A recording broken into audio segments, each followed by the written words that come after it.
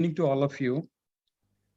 I warmly welcome you all to the 5th World Congress on Disaster Management pre-conference webinar on climate-induced economic inequality and disaster management, organized by the Department of Social Work, Central University of Tamil Nadu, Thiruvarur, and in association with University of Utrecht, England, United Kingdom.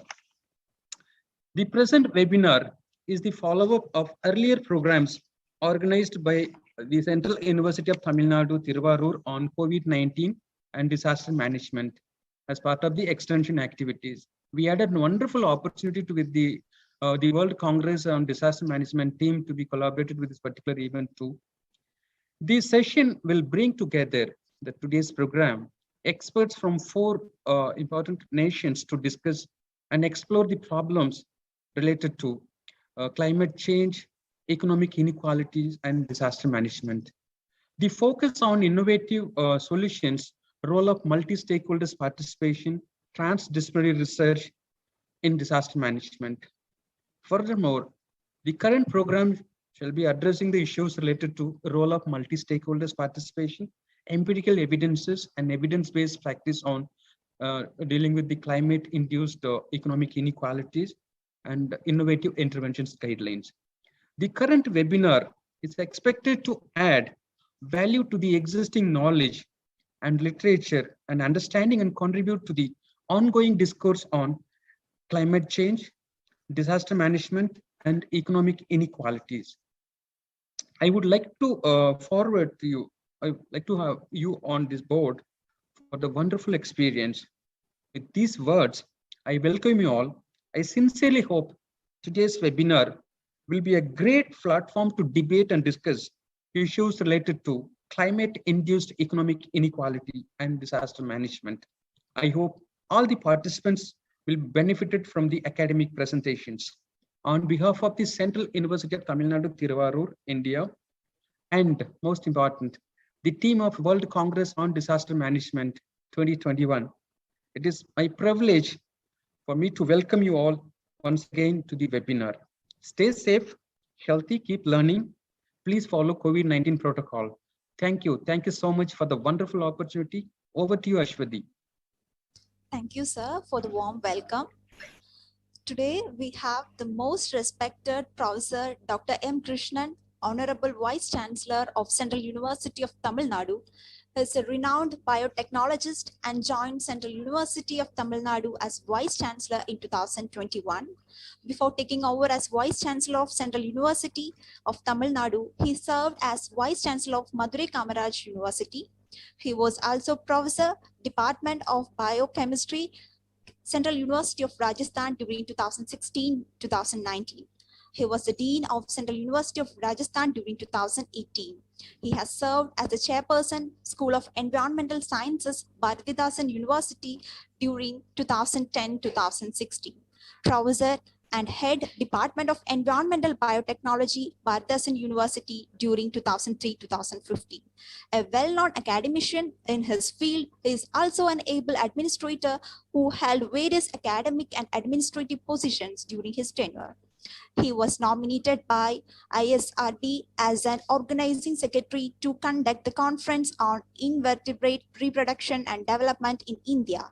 He was awarded by UGC Basic Scientific Research Faculty Fellowship. In an academic career spread over 4 decades, he has more than 150 research articles in reputed journals and many innovative projects to his credit. He has completed 15 research projects and has guided over 23 PhD students, 6 postdoctoral students, and trained 150 students in the laboratory. He was also received Department of Science and Technology Young Scientist Award. He has always emphasized on lab to field approach so that the benefit reaches the local community in and around Central University of Tamil Nadu. With great honor and respect, may I invite most respected Professor Dr. M. Krishnan, Honorable Vice Chancellor, Central University of Tamil Nadu, to delivering the opening remarks. So as Sigamani rightly told there, I can say good morning, good afternoon, good evening to everybody. I'm so happy to meet all my colleagues from various parts of India for joining in this wonderful conference. Because, because of the COVID, we are all in difficult positions to meet offline, but now it's a little open up. Everybody is now ready to meet personally with the different conferences, a different workshop, and various projects. I hope to, before I am starting, I can thank Ms. Aswati for giving a brief introduction about my biodata. Before I am coming here, I was a Vice Chancellor of Madurai Kamaraj University. I joined here in August 2021 as a Vice Chancellor of Central University of Tamil Nadu. I have to thank Dr. Sigamani for giving a very good opportunity to meet the eminent personality who is working on that disaster management. Particularly, I am so happy to meet or to invite to a part of the conference, respected Sagrabati, Chairperson, 5th World Congress on Disaster Management, and the most respected Anand Babu, Director, Disaster Management Initiatives and Convergence Society. I am seeing that very good speakers from Austria, UK, Vietnam, and India. Yeah, now 4 important parts of the world it's going to participate. Today is a pre-conference webinar on climate-induced economic inequality and disaster management. Of course, this everything is going to, conclude or giving the concluding remarks for the Kumali on the last part of this conference. Before that, we are having a lot of speakers. I don't want to take much time because the expertise to talk more about the conference and why we are going to conduct the conference and what is the output and how we are going to manage that the disaster in frequently happen, particularly in our area, Thiruvarur, in the near Nagapattinam, there is that coastal area of Tamil Nadu. Since we were working on environmental biotechnology, we are always looking for, to collaborate or to discuss with so many expertise to disaster management. Particularly in India, we have all the kind of disaster.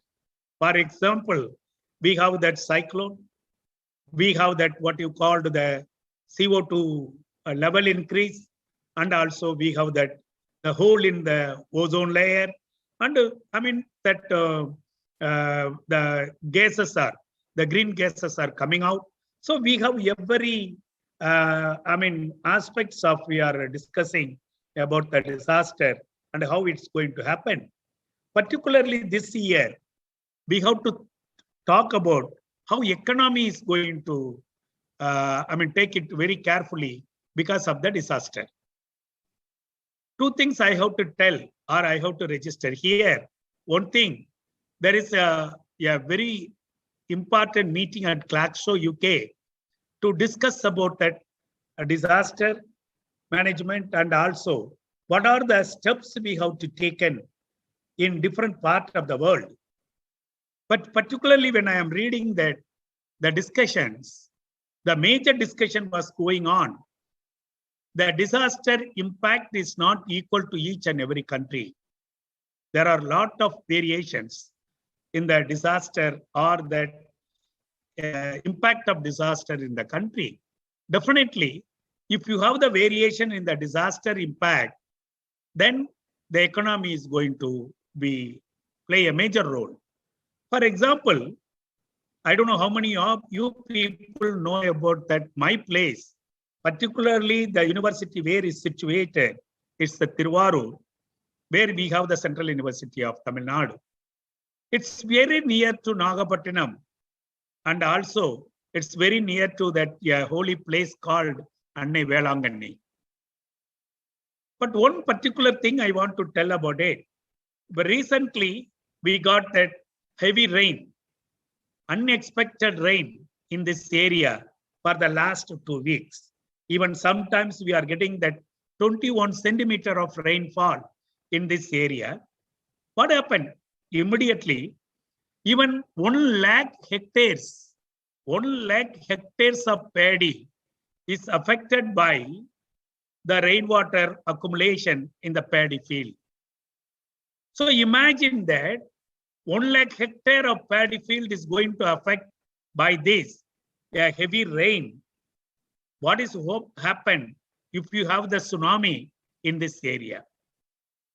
So the farmers, those who are living in this area, is heavily affected.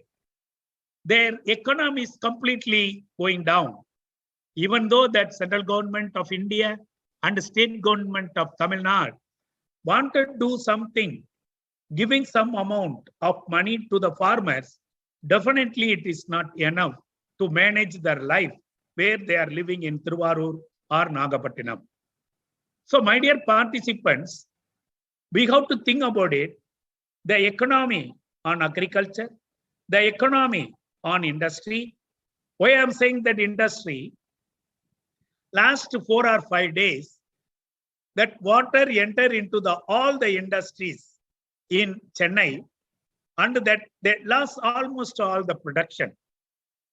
So when that, production is going okay, the what you called the owner of the industry, they have some money, they can manage. But what about the laborers? The laborers are living the wages what they are getting out from that, the daily work. But today, what about their economy?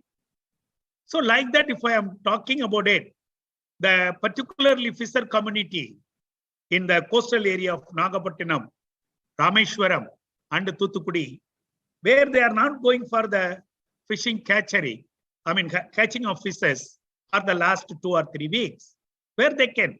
They don't have the savings. But what about their economy? I am talking about that local problem.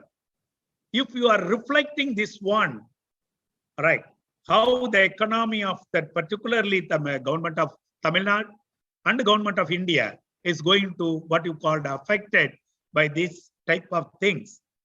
So my panelist, I request the panelist, kindly discuss more about it, how we are going to solve it, because every year we are going to, we are meeting this type of problem. Particularly somebody is coming to Tiruvarur Central University. Now it's flooded with water. How my students can live? How my students can go to the classrooms? So everything is there. So last 1 week, what we are doing is how to drain out the water from this campus.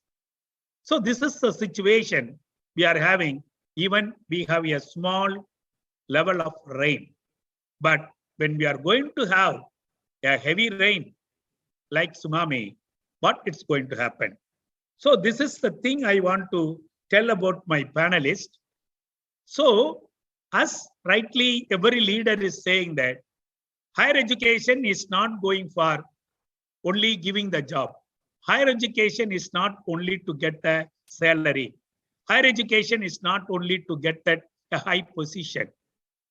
How the higher education is going to solve some of the problems where particularly India is meeting. For example, unemployment problem, poverty, that the full-fledged energy available, so on and so forth. So what is the role of higher education is, we have to give some solution to my society. If we are not going to provide some solution to the society, then the people, those who are living around us, will not respect us. So, my dear participants, panel experts, and also the World Congress, so discuss about that, not the research data. I need a small solution for my society. Then only we can, or we will be that responsible citizen to the particular country. We are giving education, that's a different story. But education, what it's going to my society, that is a very important thing. With this, Thank you, one and all, for giving the wonderful opportunity to give some introductory talk about that disaster management and how that panelist is going to give some idea. And finally, what I want to say that the Sigamani is the right person to collaborate. He usually is, I am telling to him, yeah, trans-disciplinary research is very important. So we need a center for disaster management in Tiruvarur University to invite different expertise. Somebody can be very good in economic, somebody is very good in commerce, somebody is very good in industry, somebody is very good in environmental biotechnology. So everybody should come together and should sit together, discuss together, and find out some solution for the management of disaster. With this, once again, thank you very much for giving the wonderful opportunity to give that opening remarks in this wonderful meeting. Thank you very much. Thank you, sir, for your words of encouragement. We are grateful to you for your valuable time and constant support. Today, we have Professor Champika Lianich as the moderator of the session. So it's my privilege to introduce Professor Champika Lianich. Professor Champika Lianich is currently working as professor in facilities management in the School of Engineering, University of Central Lancashire, Preston, UK. She is also the co-director of the Center for Sustainable Transition at the University of Central Lancashire. Professor Champika is a teaching fellow of the Higher Education Academy. She is also actively involved in a wide array of research relating to sustainability, facilities and infrastructure management and capacity building in disaster resilience. She is an associate editor of the Journal of Built Environment Project and Asset Management. I request Professor Champika Lianich to introduce the esteemed speakers and to lead the session. Welcome, ma'am.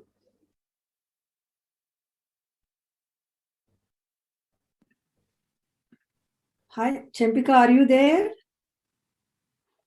Champika? Yes, I'm here. Oh, sorry, I was muted. Sorry. Yeah. Hello, everybody. I'm very glad to be part of this session, and I'll introduce you the speakers during this session. So we have altogether 4 speakers, 4 honorable speakers. The first speaker is Dr. Shirish Ravan, and the second speaker will be Dr. Nguyen Hong Kwan, and then Dr. Carlos Jimenez Bescos, and finally Professor Giridhara R. Babu. So after this session, you all can, the audience can actually raise questions. We will spare some time for that at the end. And also, if you have any questions when the sessions are going on, please do send your question to the chat button, highlighting who you want to answer the specific question from our panel. So without further ado, let me introduce you the first speaker, Dr. Shirish Ravan, who works for the United Nations Office for Outer Space Affairs in Vienna, Austria. He coordinates activities of the United Nations Platform for Space-Based Information for Disaster Management and Emergency Response, primarily in Asia and the Pacific. He is also involved in diverse initiatives of the office, such as Space for Sustainable Development Goals, Space for Health, International Asteroid Warning Network, and so on. His previous assignments at the United Nations include heading the illicit crop monitoring program of the United Nations Office on Drugs and Crime in Afghanistan. He has extensively worked with the countries in Asia, the Pacific, and Africa to offer technical advisory services and the capacity to use space-based technologies for strengthening disaster and climate resilience. He holds a bachelor degree in agricultural science, a master's degree in environmental science, and a PhD in forest ecology, and authored several publications. Now the floor is over to you, Dr. Shirish Ravan. Thank you, Chair, for nice introduction. And I just have a question. How long is my speaking time? Because we need to control the time. So if you can let me know that. I believe it is 20 minutes. Okay, good. Hope we are not delayed, so I can take my 20 minutes. Okay, thank you so much. Please allow me to share my screen. And I'm just confirming screen is visible, I hope. Okay. So thank you for inviting me. It's my honor to be part of this webinar of the World Congress on Disaster Management. And also the kind of words Honorable Vice Chancellor Dr. Krishnan has given, that makes a lot of sense. The disaster at your backyard is the biggest disaster for that person. So when Professor, you were saying about how your students can walk to the departments, there is flood everywhere. That is the biggest disaster at that point. So we don't have to always talk about the famous disasters. So disasters at your place is the biggest disaster. And this is happening more and more often. So I have brought here the discussions on how we deal with the disaster, climate, and health nexus. I just added health part here because we are still going through the pandemic. And it is very important to discuss how these three things, are interlinked and how we deal with them together. So that is my discussion. And also the particular topic focuses on economy, which is really important thing. And Professor Krishnan also highlighted that economy is very, very important. How we deal with economy in such kind of nexus that I am talking about: health, disaster, and climate change. So I just recollect about 3 days back, I visited a BMW car showroom here in Vienna because I thought, okay, my car is getting old and I should just check what's new with the car, what are the new technologies and all that. And I was expecting a lot of new things there, but the salesman says that because of non-availability of semiconductors and chips, what cars you will get immediately is only the fuel-based normal cars. So what I got something like 5 years back, similar car you will get, because if you want something like new technologies, climate-friendly, like hybrid, mild electric cars and all, you have to wait for 6 months. And you can see that this is clearly the gap in the economy that is we are facing because of pandemic. And today morning, just I bring attention to here with the word called interlinked economy. Today, if you have read through BBC News, there is a headline that says supply chain crisis. Japan's export growth slows as car production slides. Almost 30% the shipment is unable to leave Japan, and the export has been reduced a lot in its history. And that's because also we have a professor here from Vietnam, and because in Vietnam they produce a lot of semiconductors and chips, and Japan is unable to get because lots of factories were closed in Vietnam because of lockdown of this COVID-19 pandemic. And you can see world's one of the leading economy, Japan is also suffering. So there is a lot that is common, that nexus that is affecting the economic growth and social growth. So Asia Pacific region is very impressive in terms of infrastructure development. I think in the entire world, Asia and Pacific region has a fastest pace of development. But the question is that, are we resilient? Is our development resilient? This is the question. And we got exposed when in 2021 and 2020, these cyclones called Nisarga on the western coast near Mumbai and Kolhapur hit there. Cyclone Amphan hit eastern coast and Bangladesh. Cyclone As, or even the recent floods in China in Henan province, where the rainfall happened, like entire annual rainfall fall down in one single night, and kind of flood they had, phenomenal floods. And if you look at all these particular disasters, those happened during COVID-19 pandemic, then we can see that there is a systemic gap exists. The gap that doesn't think in totality of how to deal with the multi-hazard scenario like COVID-19 pandemic, or climate-related disasters, or climate change in general. So this is where we really got exposed, and now United Nations is promoting this particular systemic assessment of all the hazards or all the problems that are. That's why I thought of promoting this concept of the nexus between disasters, climate change, and COVID-19 pandemic, because wherever the overlap happens, that is the worst part. Somewhere there is overlap between pandemic and climate change, somewhere overlap between pandemic, disasters, and now we see climate change and disasters. There's a lot of overlap, and we see that in the next slide. Today, there is another headline that says once in a century storm in Canada happened, and severe flooding and disruption of infrastructures happened. So once in a century storm in Canada, and this is just happening just after 4 to 5 months. In summer in Canada, just about a couple of months back, Canada had the heat waves.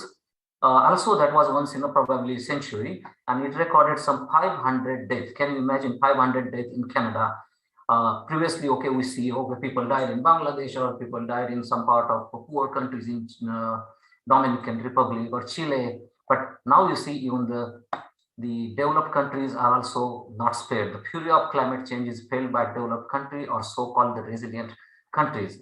Also, there was West Germany, just about 2 months back. West Germany was ripped apart by deadly flood, claiming 165 lives. And what's the after effect?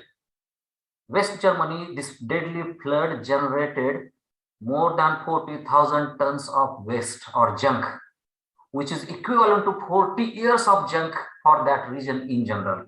So that many tons of junk was generated by one single flood in Germany, which otherwise would have been generated in next 40 years. You can imagine the damage to infrastructure, damage caused to the lives, damage caused to kind of nature, ecosystems, and all that.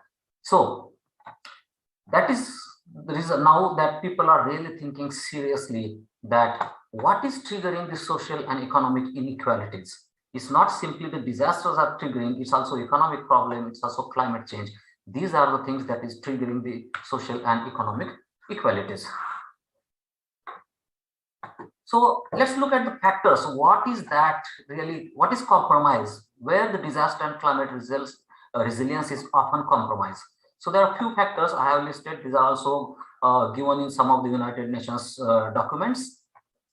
First part is systemic thinking, that we are thinking probably one problem at a time, but disasters, multi-hazard scenario need to be taken into account, not only disasters, but also multiple disasters, climate change, COVID-19 pandemic, social and economic development, sustainable development. So this kind of systemic thinking is required, which is currently lacking in many countries, many city administrations. When Professor Krishnan was pointing out about problem in his university, there is also Sendai framework that says you have to manage the disasters at all the levels, not only national or state, but even corporation, municipal corporation, industrial estate, or the university. So at all levels, we have to induce this systemic thinking so that we really take care of these building resilience for disasters and climate. Lack of preparedness in many cases, and even things happen once in 2 years or every year, we still see there is a lack of preparedness, lack of infrastructure to deal with unexpected impacts of climate extremes. And these impacts can be social, economic, and environmental. And even the best of the best economies are struggling, which I just cited example of Japan, they also are suffering because of economic impact of this particular the pandemic right now.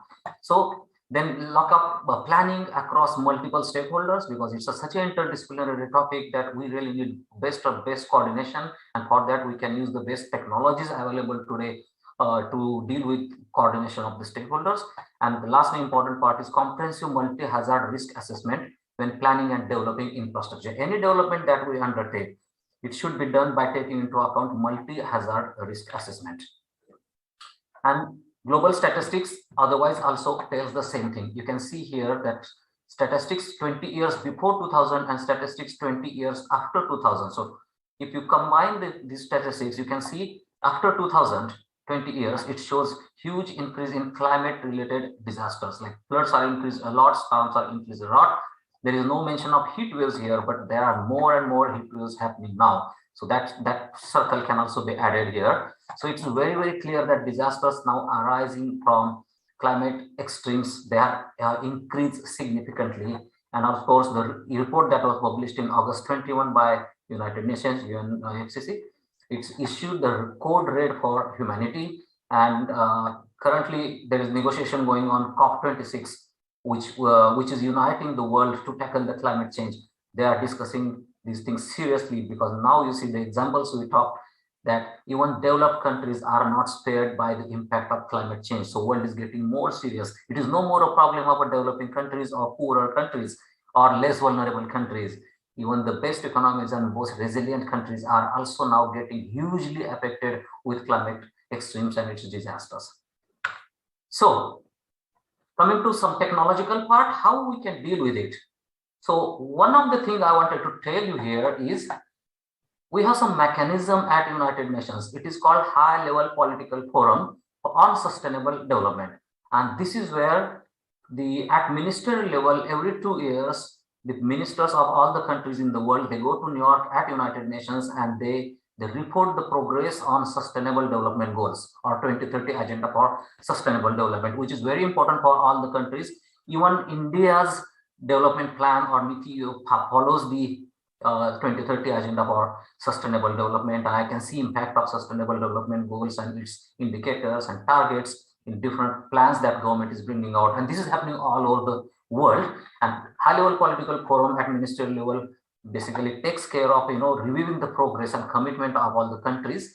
And then once in 4 years, heads of the states, prime minister, presidents also meet, and they also see report at international level, what is the development currently, what is the progress on sustainable development goal. And one of the meeting that happened in 2019 on this high level forum is on empowering people and ensuring inclusiveness and equality. And I'm glad that this webinar has picked up this topic of equality, but we should not also forget the word inclusiveness. Both go together, and this high level political forum has given very high importance to inclusiveness and equality. And taking into account this, we organize at International Astronautical Congress, we organize a workshop on the how socioeconomic benefits of space will ensure the inclusiveness through the space-based application and space exploration. Because space has become such an important infrastructure today. You can't imagine your life without space. Your mobile phone, your navigation system, communication, your the weather reports that you see on the telephone, everything is linked to space. And we can't imagine today our life without space. So we also need inclusiveness, equality in space technology. Unfortunately, we have over 50 years of accumulated knowledge of Earth systems, including atmosphere, ocean, ice coverage, land. And if that information can be used as an evidence-based information, then one can get a great understanding of, enhanced understanding of present and future risks that we are living with. And once we understand all the risks correctly, we can formulate risk-informed strategies for building our development in a resilient way, or we deal with the climate change in a resilient way. So this is what is the importance of space and many other technologies that we are talking of today, not just space technology, but I'm talking about cloud computing, 3D printing, or drones, or machine learning, artificial intelligence, and all these the fourth industrial era technologies that we refer. They are very, very important in supporting resilient development today, or green development. And one thing we cannot ignore, that the most of the solutions that will emerge for dealing with the climate change and disasters will be a nature-based solution, not the gray infrastructure or concrete infrastructure, but green and blue infrastructure. That's what we are talking of, and we're promoting that. And so we have recently published with UNESCO World Heritage Site, traveling through space and time, remote sensing of World Heritage Sites. What we are trying to promote here is use the space technologies and many other information and data to build the ecosystem-based disaster risk reduction. Take care of the environment, take care of the vegetation everywhere, not just in the forest or national parks, but at the city level, park level, village level, all the banks of rivers and small streams and everywhere, or open areas, and you will be very good. You will be already taking steps towards ecosystem-based adaptation and also ecosystem-based disaster risk reduction, which is the best way of dealing with climate change and building resilience. There were also some 7 ways were published recently, and it also made headlines in all CNN, BBC, and many newspapers to deal with climate change. Out of 7 ways, 1 way is go green, and that's what we are talking of, promoting nature-based solution where Earth observation and space can help in a big way.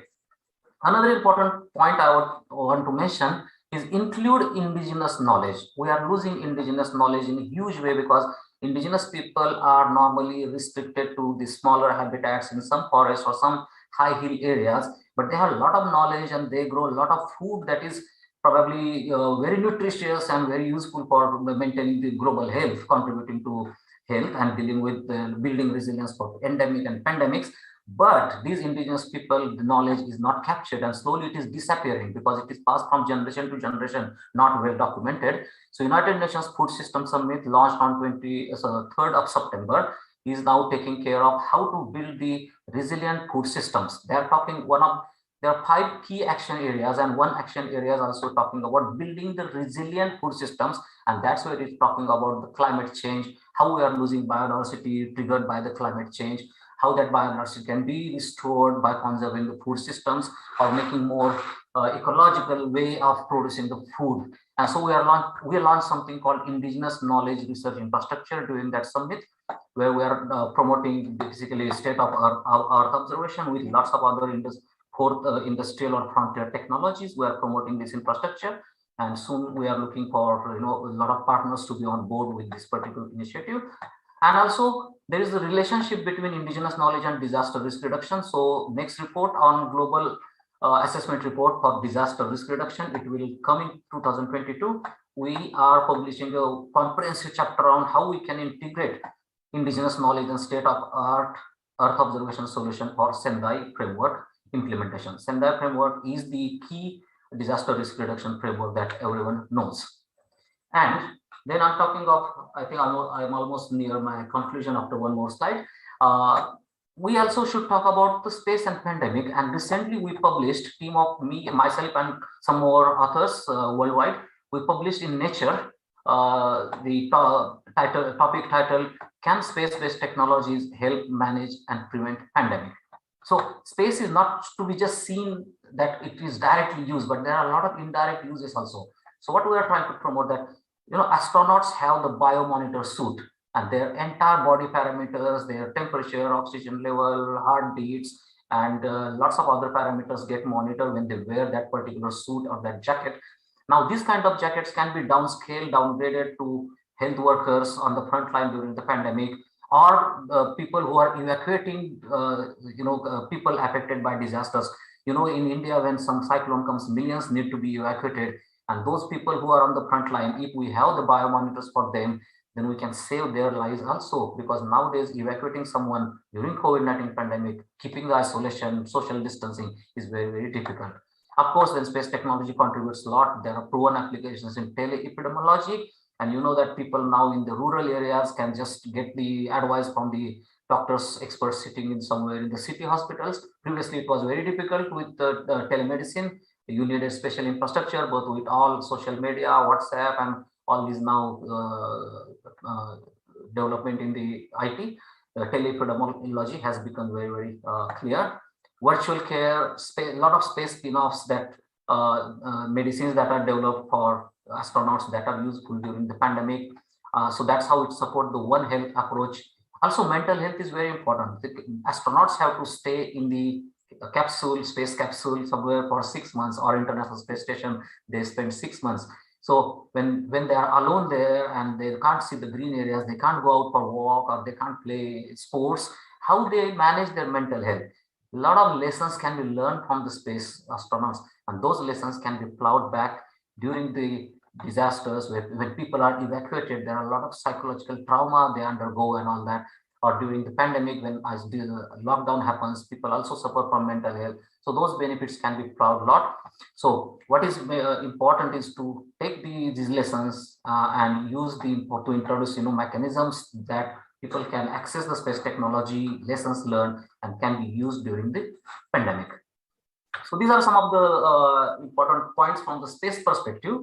And my key messages on the equality and inclusiveness in the context of climate change and disasters is that with a keyword, that is leave no one behind. This is the principle of sustainable development goal. If I have a house, I would like to have my neighbor prosperous and rich, not poor and not someone who is suffering. So if that neighbor is good, I am good. So leave no one behind is very important. And this is a key to the economic prosperity. And if you look at 2030 Agenda for Sustainable Development, social inclusiveness and environmental sustainability, it is at the center of 2030 Agenda, that is Sustainable Development Goals.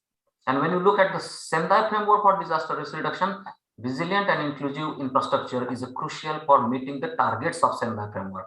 So there are about 37 targets. Every country has to meet those targets and report those targets on the regional and international platform. And you know, the important is the resilient and inclusive infrastructure that can help in achieving the targets of Sendai framework. So important priorities for that, which can be converted into action at all levels, not only national level or international, but all levels, is understanding the risks. So know the risks that you are living with so that you can maximize economic and social benefit derived from development and infrastructure. That is very, very important. Second thing is strengthening governance at all levels. And this governance should include the risk-informed strategies and policies. So one should know the risks and then you make the strategy and policies to deal with it. Then investing in disaster resilience. So even the investment should be risk-informed. For current and future investment should be risk-informed. And the last priority is strengthening preparedness for response and recovery. Every time we should be ready to prepare for any surprises that might happen, and these surprises will happen more and more because of climate change, the frequency of events that are happening, which was not happening before, that we are seeing all over the world now. So we should always strengthen our preparedness for response and recovery and not just wait for disaster to happen and then we act on it. So these are some of the key messages, and that will lead to achieving the principles of sustainable development goal, leaving no one behind. So learning to stay safe is an instinct, and we as a human being are blessed with technological advances, and we should be more, learning more to stay safe and resilient to what's happening in the world today. So thank you. This is all I wanted to present at this stage. Thank you. Thank you very much, Dr. Shirish Nivan, for your nice presentation. And before I move on to the second one, can I please request from Dr. Kwan whether he can be the third speaker, and we give the next presentation to Dr. Carlos. Dr. Kwan, is that okay? Yes, sure. No, it's no problem for me. Thank you. All right. Thank you very much. Next, I would like to introduce you, Dr. Carlos Jimenez Bescos. He is an assistant professor in building services and environmental design at the University of Nottingham in the Department of Architecture and Built Environment. His research interests include sustainability, passive design, energy efficiency, indoor air quality monitoring, data analytics, low carbon technologies, and thermal comfort. He has got funding from the British Council and NERC, as well as leading teams in EU FP7 and ERDF engaging technology projects with the community. Dr. Carlos, over to you for your presentation. Thank you very much for the invitation, and thank you very much for letting me go as a second. Thank you. I'll just highlight some of the issues that we find and how we are tackling. I hope that you can see the presentation. So basically, I mean, there's not much to say where we are at the moment with carbon emission, but perhaps an aspect that we don't see so much is that from the research that I do, we always focus about what is going to happen. So we know where we are. We have a lot of discussions about what the future is going to be, but at the end of the day, obviously, it's predictions. So there are different predictions according to the Intergovernmental Panel on Climate Change that was presented in the report this year. And of course, there is from being very good and really reducing our carbon emissions as we should, to actually business as usual, and then we have a lot of trouble and a massive difference on the increase of temperatures that we're going to have. So for me, obviously, I focus quite a lot on the temperature, mainly because here we're going to see the evolution of megacities and where they're going to be happening. So you can see we are getting 2050, 2070, 2100. We are concentrating massively, obviously, India, Africa, we're concentrated in places where basically we are suffering as well the most impact of climate change. And why this is important, because we have been moving from rural to cities, and this is not stopping, it's probably the opposite, it's actually increasing. So we are creating these massive spaces where obviously we very well know that we have a problem with urban heat islands. I mean, for those who are not so aware of it, basically what it means, an urban heat island is that when we are in the rural spaces, we may have something like 29 degrees. But of course, when we are in the cities, we have a jump. So we are actually over 23 degrees. We are in the same country, more or less the same location, but we have this effect. Why is this happening? It's basically because we have, when we create cities, we are basically not really reflecting much of the solar radiations that we get. On the other hand, what we are doing when we have a lot of asphalt buildings, we are actually absorbing a lot of that heat. And then the problem is that the heat is actually, when, let's put the example, if we are, for example, in a summer night,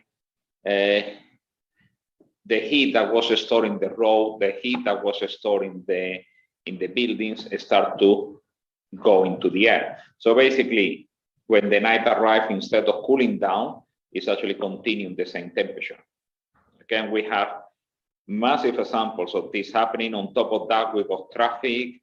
And obviously what happens is that we don't have enough trees, we don't have enough sources of water, that's what is actually helping to reduce the temperature. So we create this bigger issue in cities where they are getting hotter and hotter and hotter. I'll come back to the air conditioning in a moment.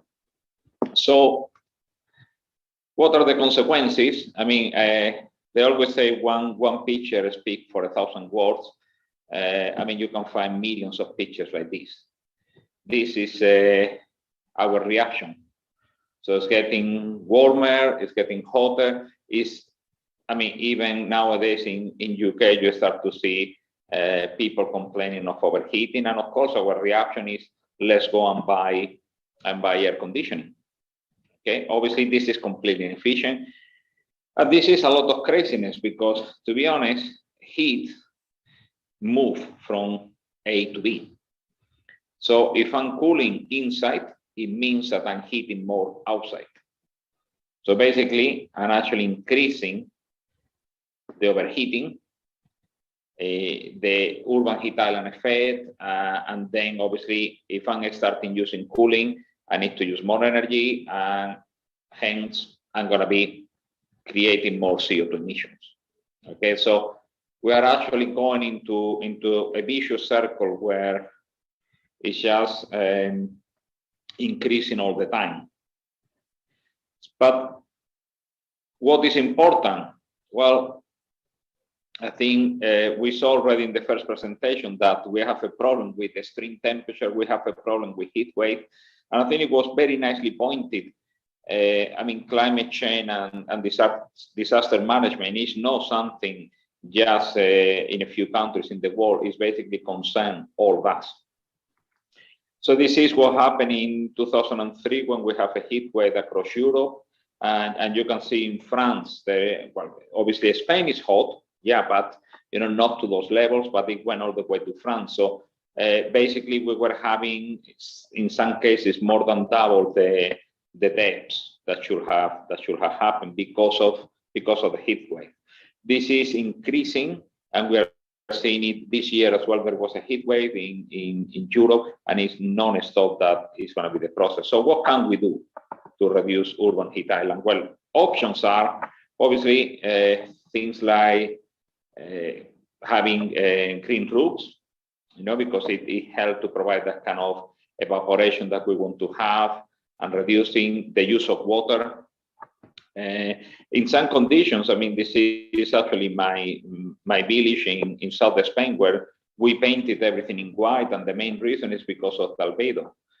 we want to reflect all the radiations. We don't want to absorb it. So the radiation is mostly reflected. And that's a way forward to be able to start tackling this issue. On top of that, we have, it's not just the problems of overheating, but it's as well problems with pollution and problems with the air quality that we are having. I think it's basically, we realize now that air quality is very important for our health. And we hope that, you know, these kind of approaches will actually be helpful. So I will present now a few of the work that, a few of the research that we are doing and that we are very much publishing at the moment. So it's probably the latest thing we're doing. We look at things like what is going to be the impact of future weather. So we're working with the projections that we're having, and we're looking at how this is actually in UK, in Essex, how the amount of, let's say, requirements for cooling are actually massively increasing by the time we are in 2080s with really bad scenarios. So we are looking at not just thinking about how we design buildings for today, but actually looking into designing resilient buildings for the future. So I want my building that I'm designing today to be able to withstand whatever is going to be the expectations of the weather in 2050 and hopefully 2100. Other aspect that we look at is about how our cities are actually being built and how we end up in this kind of mega cities where we are really looking at into high density, really high-rise buildings, and really understanding, you know, different parameters on how it's affecting it. I mean, in simple ways, you know, when it's actually getting very hot, what you want the buildings is to be very close so they shade each other. We're looking at into passive design, passive house, looking to thermal mass, use of natural ventilations, trying to create an environment where we try to maximize the passive use of what we have available. And when it's required, obviously, yes, we need to use active systems, but at least we minimize them and we explain how to achieve it. We look at things like microclimates that happen with courtyard, but not only that, but we start to think about, you know, how, for example, trees, different vegetation in the courtyards can actually help to reduce the temperatures, water features as well. So we are doing quite a lot of work on computational fluid dynamics to really understand how the courtyards work, not just looking at into just a microclimate, but we're very focused on the interface between indoor spaces and outdoor spaces, and see how we can maximize the use of techniques and technology that is available. But like I said, we tend always to try to work as passive as possible. We were talking about roads. We were talking about how hot they get because they don't reflect much of the radiation. So we're looking at research into actually, firstly, trying to cool down the surfaces. So basically, when the night arrives, they are not heating up the air. But on top of that, it actually could be a way to really harvest energy. So obviously, we don't want that radiation to increase the urban heat island. And at the same time, we can be able to actually harvest that energy and actually transfer it and use it for other systems. For example, you know, running air conditioning on absorption systems where we're using heat waves. So is looking at different opportunities. In a similar way, we do quite a lot of work on wind catchers. Obviously, wind catchers is not a new technology. Wind catchers were actually dating back 2,000 years in the Middle East, and there were sometimes we talk about them like the first air conditioning system. And the best thing is that wind catchers don't need to rely on any energy. Okay, so it's just the wind.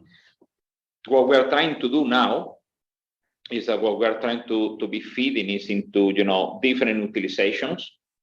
So for example, we are even looking at now how we can have it in locations where it's going to be very hot in summer, but in winter we need to have some kind of heat recovery. So we're implementing that. We are looking into implementing dehumidifications. We are looking to how to make it work for high-rise buildings, okay, because we know then they work really, really well in smaller buildings. So like I say, mega cities, what we have is actually high-rise building, high density. So we're looking at the effects on how we can apply the same technology, being completely passive, to actually reduce the amount of energy, and with the focus of reducing urban heat islands and extreme heats that we are having.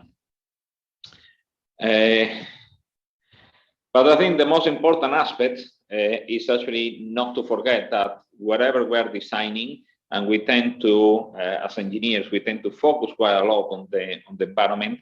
It needs to be done in such a way that we're not incrementing the carbon emissions and the environmental impact that our technologies are having. Obviously, the economy is really important because we need to try to achieve solutions that are affordable.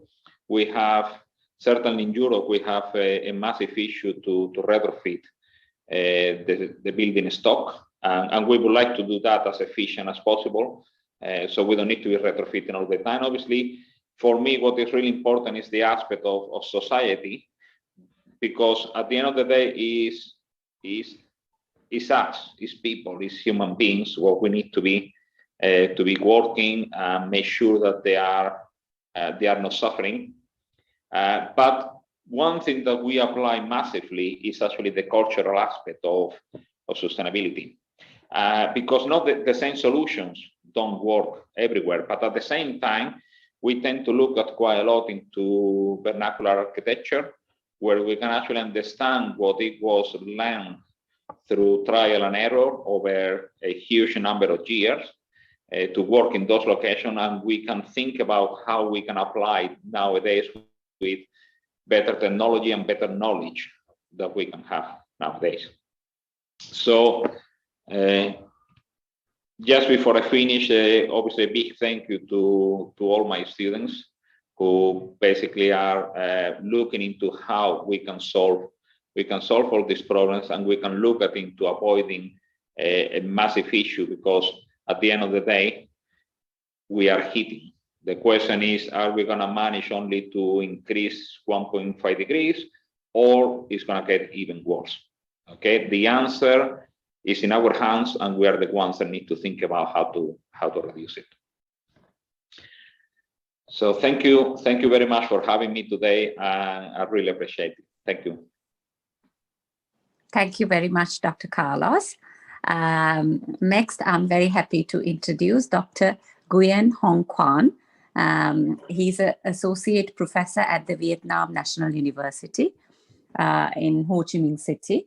He's leading a newly established Institute for Circular Economy Development, and also affiliated with Socio-Hydrology Group at the Center for Waste Management and Climate Change, Institute for Environment and Resources, VNU HCM. He has a special interest in solving environmental related issues based on inter-trans-disciplinary studies and by a strong partnership among academia, industry, and government. He has been working in environmental hydrology in southern Vietnam over 15 years, and expanded his expertise in other disciplines as well, in climate change adaptation and mitigation, nature-based, smart added solutions, circular economy, etc. Dr. Nguyen has been leading and participating in a number of projects with total funding of about 1.5 million US dollars. He has published actively at various international journals, conference workshops, including 50 ISI Scopus related Scopus indexed articles. He served as a guest editor of several special issues on circular economy and sustainability, environmental monitoring and assessment, water, MDPI journal, and Journal of Agribusiness in Developing and Emerging Economies under the Emerald tag. And he is a member of editorial board, Frontier Sustainability section Circular Economy. Given these vast experiences, I'm sure Dr. Nguyen will do a fantastic presentation. Dr. Nguyen, over to you. Yes, thank you very much, Professor Chapika.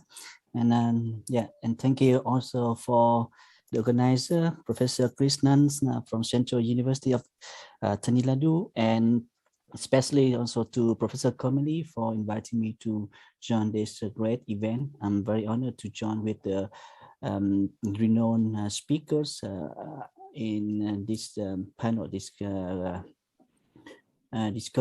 in the later stage also. Yeah, so I'm going to share my screen, and can you see my?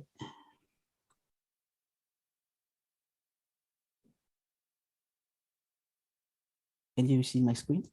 Yes, we are able to see your screen, Kwang. Yeah, thank you, Professor Kamali. Yeah, also thank you for the two previous speakers with a very interesting thoughts on using remote sensing and in the nexus of resilience and health related, and also Professor Kalos for things in the study on urban heat islands in the cities. I think my topic is a little bit related on disaster, but a bit different. So we are now going to more in the rural area, agriculture sectors. I'm going to introduce to you what have been done in the last 3 years in one of my national research projects, looking at socio-ecological resilience to climate change, and especially droughts and salinizations in the Mekong deltas in Vietnam. So my talk including introduction, our research framework with some results and final conclusion and outlooks.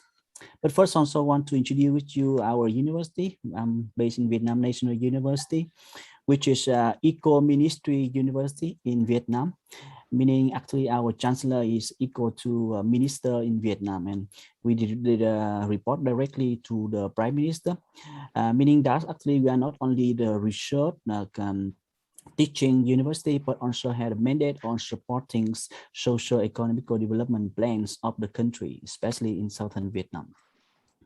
Currently, I'm affiliate with the Institute for Circular Economy and Development, where we are going trying to be a leading institute in circular economy in Vietnam and in the global south, providing knowledge, technology, policies, and innovation related to circular economy, and providing a link platform between government, industry, university, and other relevant stakeholders for the common goals of sustainable development.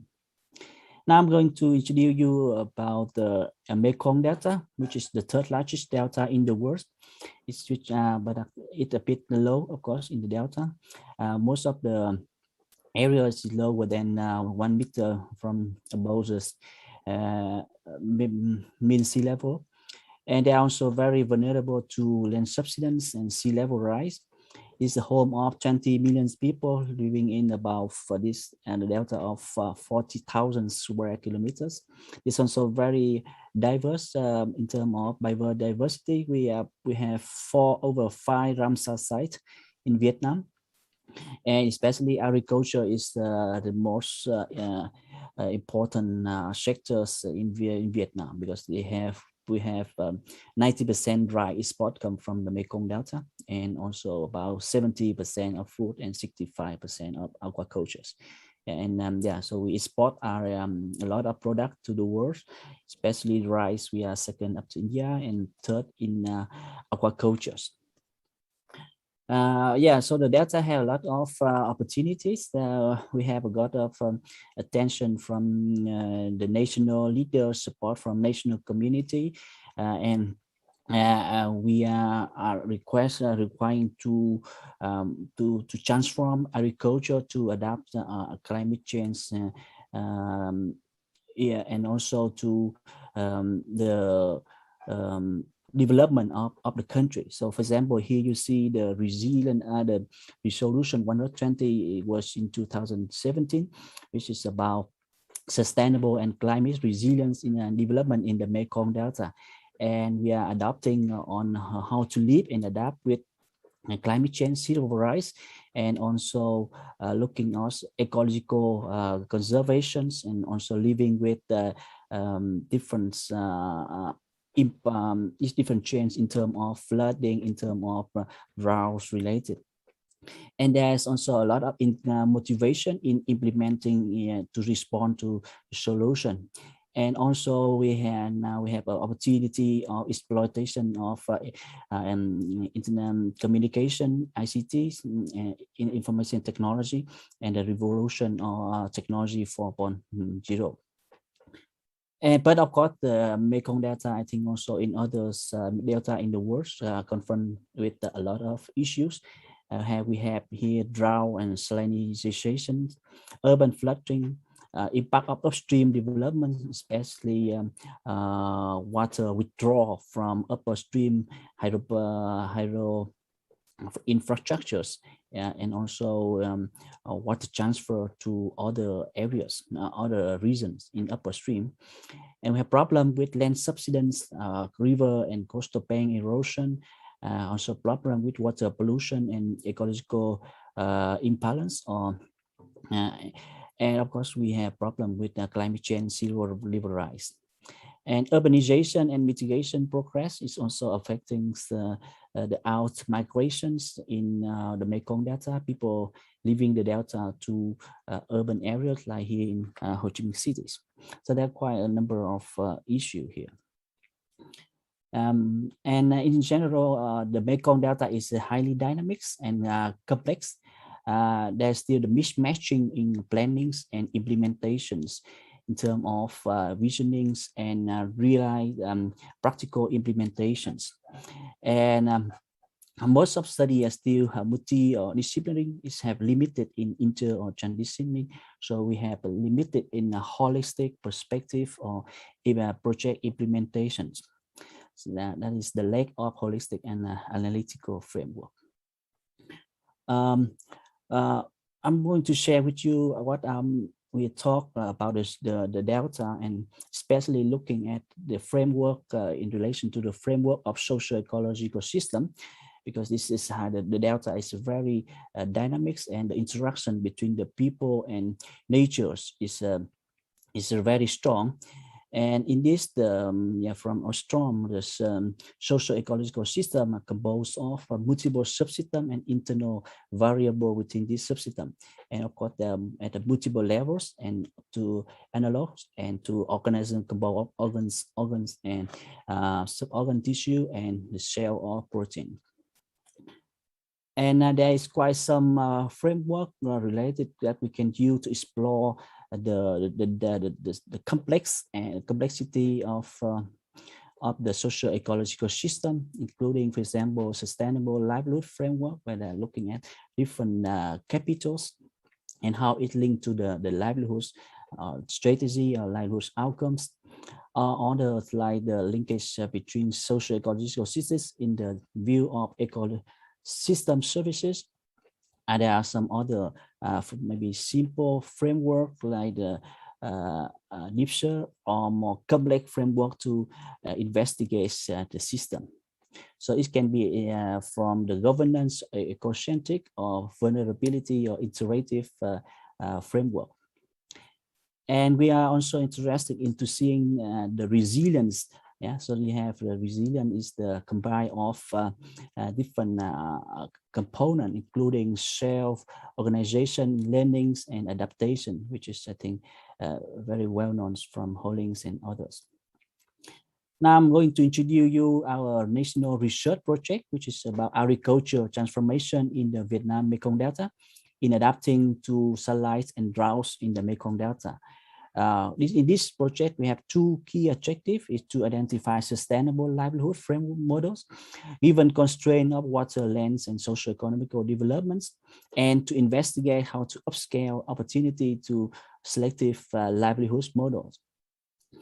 In this, we have a number of components, including from data collection to developing drought salinization models, understanding the social the indigenous knowledge, livelihoods models, and also monitoring system and developing adaptive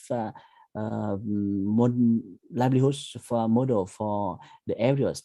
And here I'm just introduce you where we are working on, especially investigate the different livelihoods model and how they resilient to climate change, especially droughts and salinizations. And others I'm not going to talk. So in this we develop a so-called combined framework where we include sustainable livelihood framework and the motivation and ability for so-called MOTA framework and the resilience. So with it, we are going to investigate various capital of existing livelihoods models and to understand the farmer perspective on the values and resilience of the existing livelihood model, and to assess the farmer motivation and ability to sustain or to transform their agriculture's or livelihoods models. So in this, the resilience we apply, including different indicators, including the coping capacities, adaptive capacity, and transformative capacities. And the MOTA framework is about the motivation and abilities, where we have been developing it, and which is based on the perceived of opportunities and threats. For example, here is the saline and drought events, and assess the action and the outcome, and then how it can be triggered again when the outcome or when they have a new triggers, and then they will perceive and we can assess the motivation and abilities. So this guy I love. So just to give you about what is the MOTA, where we're trying to understand the perceptions of different stakeholders, looking at their motivation and abilities. So if you look at, for example, in the vertical is the abilities, people who are different stakeholders have different abilities from low to high. And if we look at their abilities, we can see who they are and how we can develop a kind of capacity building to support them. And if we look at the motivation in horizontal axis, we can have them to build the consensus between different stakeholders, among different stakeholders. Yeah, so when we, so based on qualitative survey, we can define different groups of people to see where they are. And with this, actually, we develop a very intensive social survey where we are looking at, as I mentioned earlier, different livelihood capitals, strategies, outcomes, and how they're resilient to drought, salinizations, and the transformation, motivation, abilities, and the ability to maintenance or expanding the livelihoods model. So it's a very intensive one, and it took more than 1 hour to do one interview for one household. So here we look at different livelihoods. For example, here you see shrimp in a mangrove shrimp, rice shrimp, and shrimp in the coconut gardens, and others like with the cows or goat. This is we develop, implement the interview qualitatively and quantitatively based on random sampling with the semi-structured questionnaire. And with each livelihood, we have 30 samples per livelihood.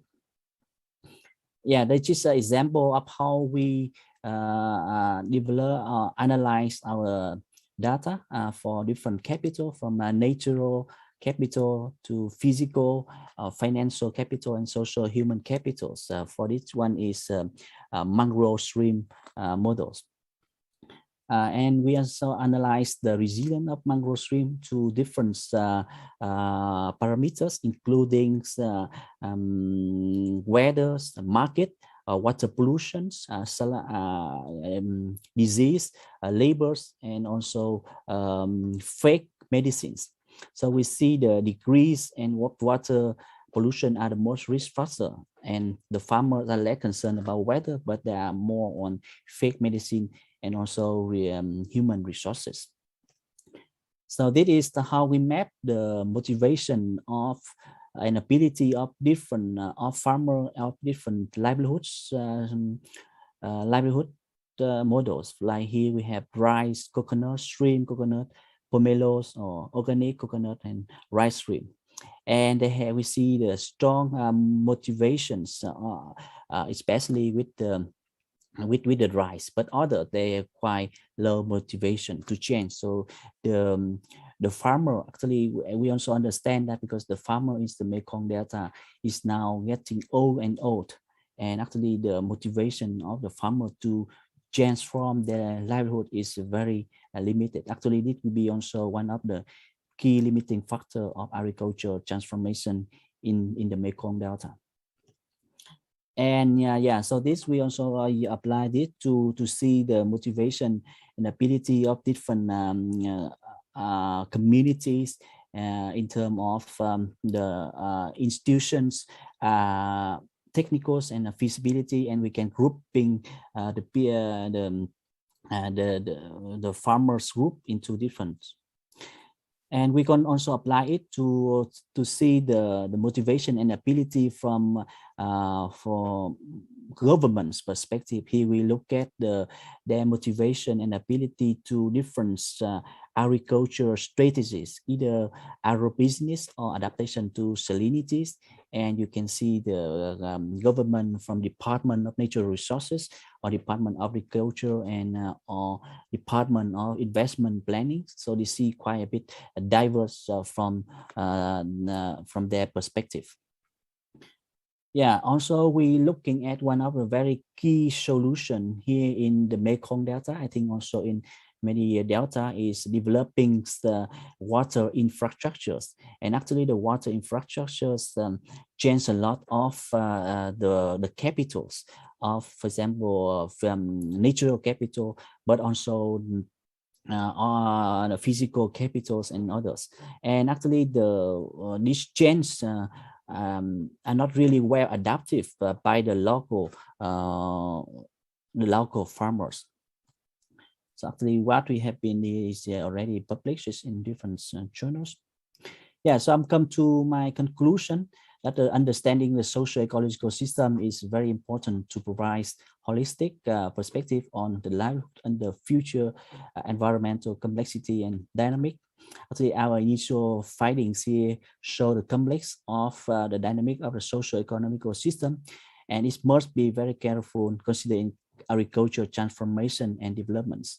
And here we combine the MOTA and social resilience is supplemental for finding sharp solution, which is often missed in the harsh development project, which I mean the water infrastructure project.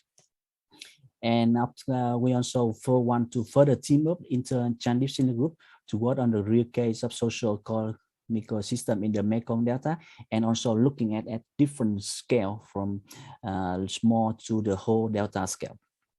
And our next step is how to link up the social resilience assessment from livelihood level to the national policies, and to develop the adaptive pathway to the resilient Mekong Delta. Yeah, and also want to share with you one of our recent work on looking at the circular agriculture or decarbonization economy in the Mekong Delta, where we're trying to investigate the more eco-friendly agri-ecological farming, but not only at the farm scale, but we want to looking at the linkage to the final market, and also we explore the potential of decarbonization economy or the carbon prices to link up the local agriculture system. Yeah, that is my presentation. Thank you very much for your kind attention. Thank you. Thank you very much, Dr. Nguyen. And thanks also being flexible by going third as the third presenter. I'm now happy to introduce you all the fourth and final speaker of this session, Professor Giridhara Babu. Professor Giridhara is the head of Life Course Epidemiology at Public Health Foundation in India. He has a medical degree from Kasturba Medical College, Manipal, and have completed MPH and PhD from University of California, Los Angeles. He has 2 decades of experience in public health research, practice, and academia. Professor Giridhara began his career at the Center of Community Medicine, All India Institute of Medical Sciences, New Delhi, as a junior resident. He also worked with WHO, where he led efforts in stopping polio transmission in the state of Karnataka, India.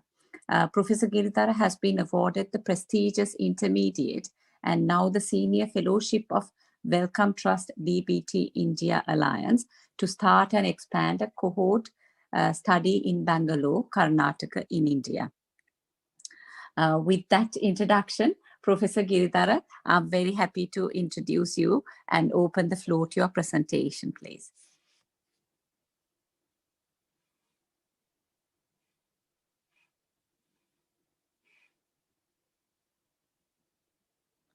Hello. I'd like to let you know, Champika, he is not delivering any live presentation. It is a recorded presentation. Maybe he will join after this presentation.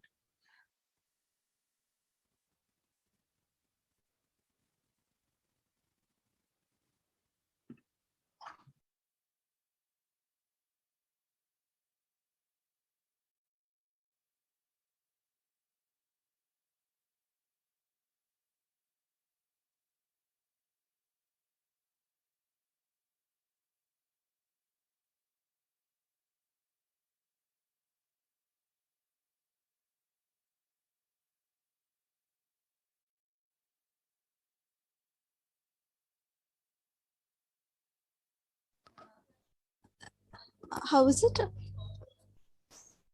Hello?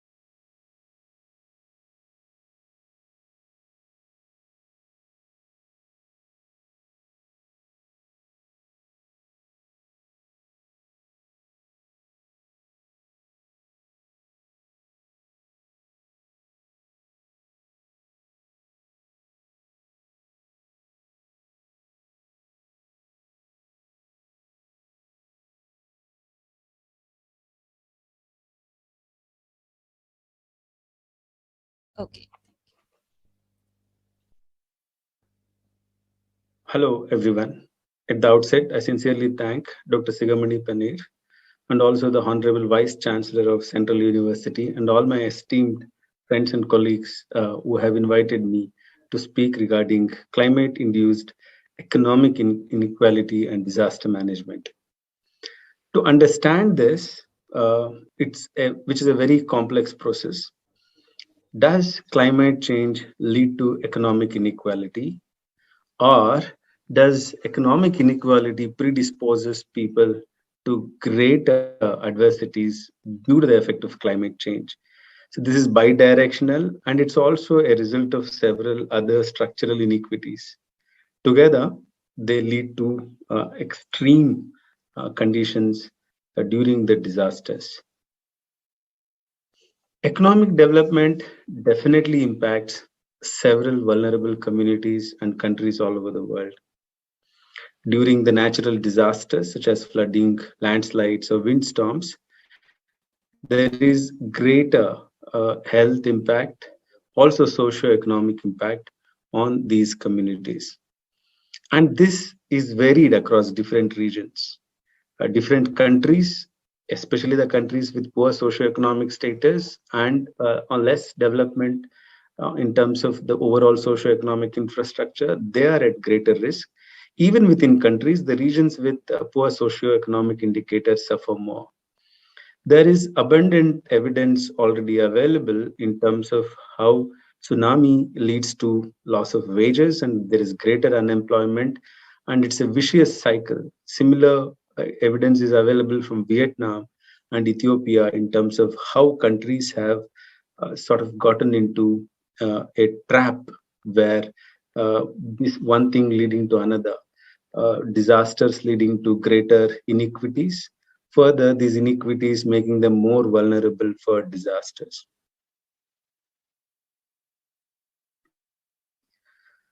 We now know that socioeconomic inequalities are barriers for the way society is able to both prepare and becomes resilient in the occurrence of disasters.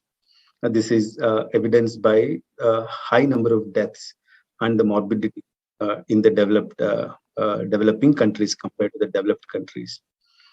Also, there is greater adverse consequences within communities for lifelong in terms of how these natural disasters will affect the communities and the societies. This is from a very important paper which looks at how different regions are affected in terms of number of natural disasters. And you would see that the regions with a poor socioeconomic status are the ones which have a greater number of disasters. If you look at on top are Latin America and Caribbean nations, followed by Asia and Africa. Now, in terms of the number of natural disasters by typology, and if you consider floods, storms, extreme temperature, landslides, droughts, and wildfires as some of these topmost causes, and if you see the distribution of these across the regions, you will see that Asia, Africa, Latin America, which comprise of most low and middle income countries, have the greatest in terms of distribution. Now, there might be reporting issues. Asia might be reporting better compared to African nations, but we need to be definitely be sure here that it is these nations which have the greatest inequities are the ones which are suffering greatly in terms of the climate change. If you see in terms of the 4 quartiles of the Gini index, what this clearly demonstrates is that there is both bidirectional association, and the countries with the maximum socioeconomic disparities are the ones which have the greatest adverse impact. Similarly, there is also a positive relationship between the economic inequality and per capita emissions among the OECD countries if you compare. And what this clearly demonstrates is that, again, socio-economic disparities in terms of the emission across these countries. So from all this evidence, what do we understand? The relation between climate change and also the health or any other impact is not linear. Most of the warmer regions are in the low and middle income countries, and they contribute less to greenhouse gases. And it's also found that rise in temperature in the low and middle income countries lowers the per capita output in a long-lasting manner. Climate change and inequality association is complex. And when we are speaking of climate change and seeking climate justice, we should address these inequities in terms of where the actual major problem is. So the Rio principle of common but differentiated responsibility has been adopted. But how do you address the inequality as an issue at the global level, country level, and within country in terms of different regions? So the climate solutions proposed by the justice advocates, they look at addressing these long-standing systemic injustices. So the global emissions is one problem, definite, but also in terms of how are we addressing the inequities in different regions and how global emissions play in this role is also important.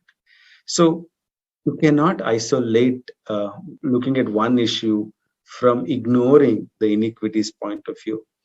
And any examples that we look at so far ignores inequities and then speaks only of emissions.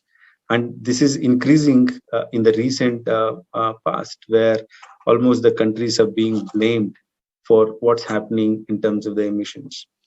The vicious cycles of how socioeconomic inequities are related to climate change and natural disasters are leading to debt trap in some countries, and the governments in higher debts are the ones which also have greater inequities, and also the development projects in these countries is getting a major hit.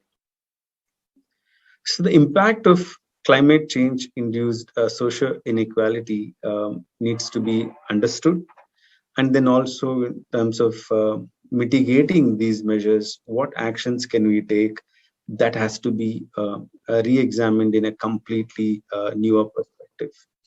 Yes, we know that increase in temperature can lead to reduced agricultural output, reduced income for farmers, reduced income generation in the rural areas and vulnerable areas, slowing down the investments and damaging the health outcomes. But who's getting affected more? It is the low income countries, and even within the countries, it is the regions with a greater proportion of less advantaged people. So climate change doesn't affect people uniformly. It worsens the outcomes for those who are already in the lower gradients of the socioeconomic status. So yes, we need to focus on climate change, but then what's the priority here? The priority is not to force people from giving up practices that is giving them the livelihood, but to address those issues of livelihood and then think of climate change as a solution. So the damage to agricultural grasslands, children pulled out of the school, permanent health consequences should be given equal weightage in terms of what economic inputs are going into these poor households, and then what options do they have. Without strengthening these options, without making the resources available, it's only theoretical to speak of climate change in poor and low-income countries. So when we speak of inequalities within the countries, it's not just economics, right? It's also based on gender, race, ethnicity, religion, age, in terms of what kind of assets they have, what kind of negotiation power they have, what is their role in overall decision making in things like climate change, housing, and all these will have a greater impact on what kind of natural disasters occur due to climate change. And once they occur, it is these people who are at the greatest threat. These are the ones who will suffer more.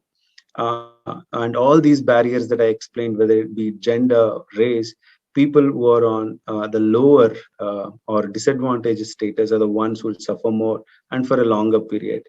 Therefore, we need to reposition our perspective in terms of how we address climate change from the perspective of low middle income countries.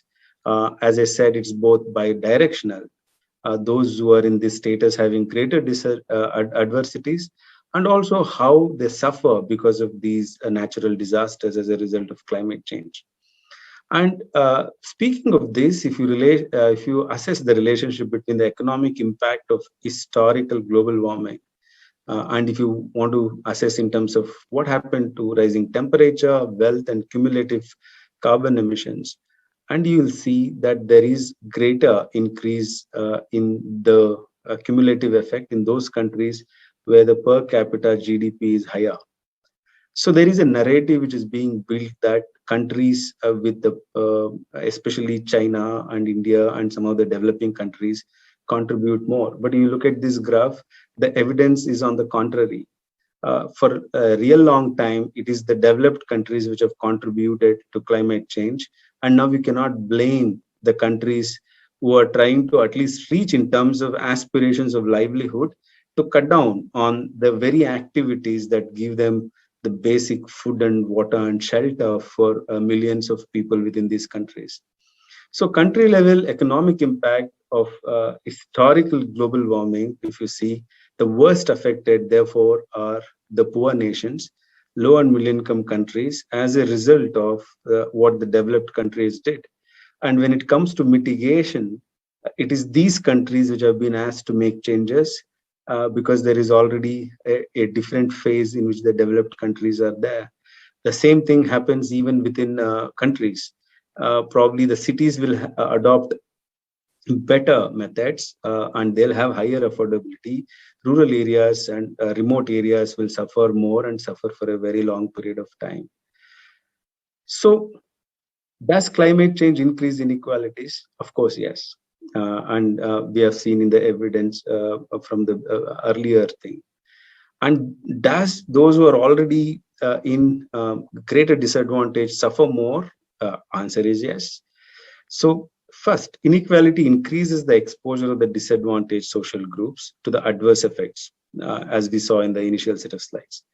At second level, given the exposure level, the inequality increases in the disadvantaged groups depending on their susceptibility to damages because of these climate hazards. Finally, the inequality decreases as these groups' relative ability to cope up and recover, and in terms of their services to access to health services or other relief measures, even that will be a disadvantage for these groups. So what do?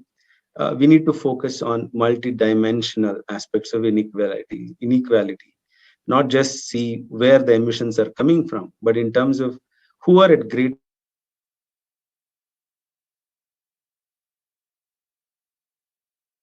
who have the least ability to cope up and recover from these damages. And once we get these minimal attributes covered, then we need to reduce the disproportionate loss of assets and resources and the adversities in these low economic countries and the communities to have a better way forward. So people who live in lands with increased air pollution, environmental degradation,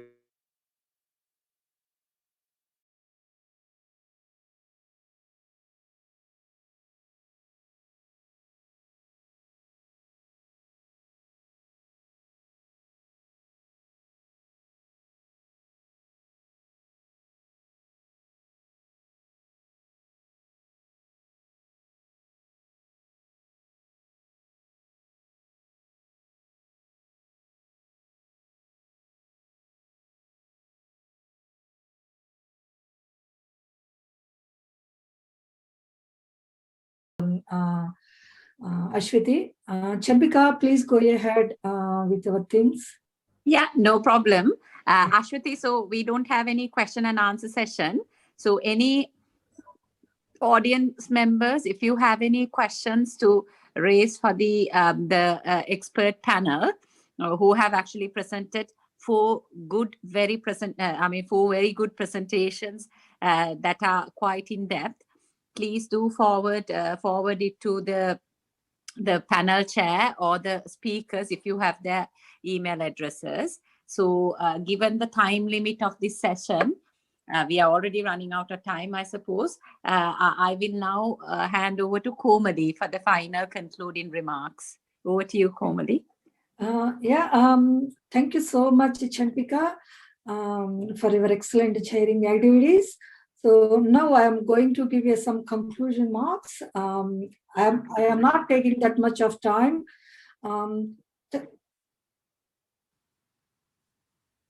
I don't know how to do that one, but anyway, I'm going to, because we don't have that much of time. Thank you so much for the suggestion. So thank you so much who involved in this webinar, including the speakers and chairperson and Vice Chancellor. And also, I would like to give our sincere thanks to the persons who are in the behind the scenes. So without your support, we would not able to conduct this much of a webinar. So thank you so much. And all the speakers, thank you for your excellent presentations who delivered your talks within the remit of climate change, economics, inequality, and disaster management. And so definitely these talks will help us to make some suggestions to other researchers and to the society as well. Thank you so much. We are going to finish this webinar now. And if you have any doubts, please come back to us by email to me or Professor Sigamani sir as well. And thank you all. So we are going to conclude now. Thank you so much. You can now, you can leave the webinar, or if you have any doubts, you can contact us by email.